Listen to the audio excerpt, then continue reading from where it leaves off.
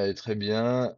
Opération tenon-mortaise. L'objectif est de réaliser sur un cadre de porte intérieure une traverse haute avec un tenon et un épaulement qui vient boucher le haut de la rainure et donc les deux rainures pour venir mettre les panneaux. J'ai préparé 4 pièces pour faire les tenons. Je vais enlever les tenons ici et les rainures. On va faire le tenon mortaise à partir toujours d'un tenon.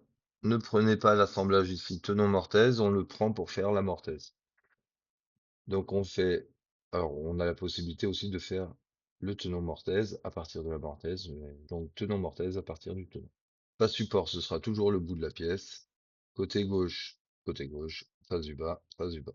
On va faire un tenon simple, ok, et on va le faire filant. Donc le tenon, il sera sur toute la largeur de la pièce. Donc épaisseur du tenon, je vais mettre 12. La longueur du tenon, 80, ok. Et voici mon tenon filant. Alors maintenant, je vais vous montrer un tenon avec un épaulement. Côté gauche ici, le bas ici, épaulé. Donc l'épaulement, c'est ça. On va faire filant aussi. Donc largeur de l'épaulement. Donc il faut toujours regarder ici quand on regarde sur les schémas là, pour faire les tenons. L'arête qu'on a choisi côté gauche et l'arête du bas. Voilà. Si ensuite vous changez le côté, ça change pas le côté gauche et le bas, ça change juste le côté de l'épaulement. Il se retrouvera de l'autre côté.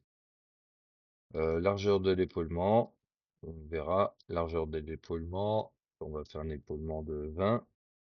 Épaisseur tenon 12. Longueur tenon, on va faire 80. Longueur résiduelle, donc la profondeur de l'épaulement. Euh, c'est la profondeur de ma rainure et c'est là. Donc là, on a fait ça. Je vais le copier en gauche.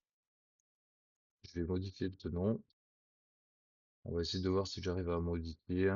Donc regardez, je vais modifier le tenon. Modifier l'opération, tenon. Et je vais faire changer de côté. On va voir, j'espère que ça va pas changer les deux. Voilà, ça, vous avez vu. Donc quand on fait changer de côté, ça change. L'épaulement se fait de l'autre côté. Voilà, et puis par exemple, on peut faire un autre tenon. On va tester, donc tenon, pas support. Alors ma pièce n'est pas très épaisse. Qu'est-ce que je peux faire? Un... Ah ben celui qu'on aura besoin après, un épaulé avec un décalage. Donc c'est un tenon épaulé, mais là je veux qu'il soit comme ici, avec un petit décalage de l'autre côté de l'épaulement en L1.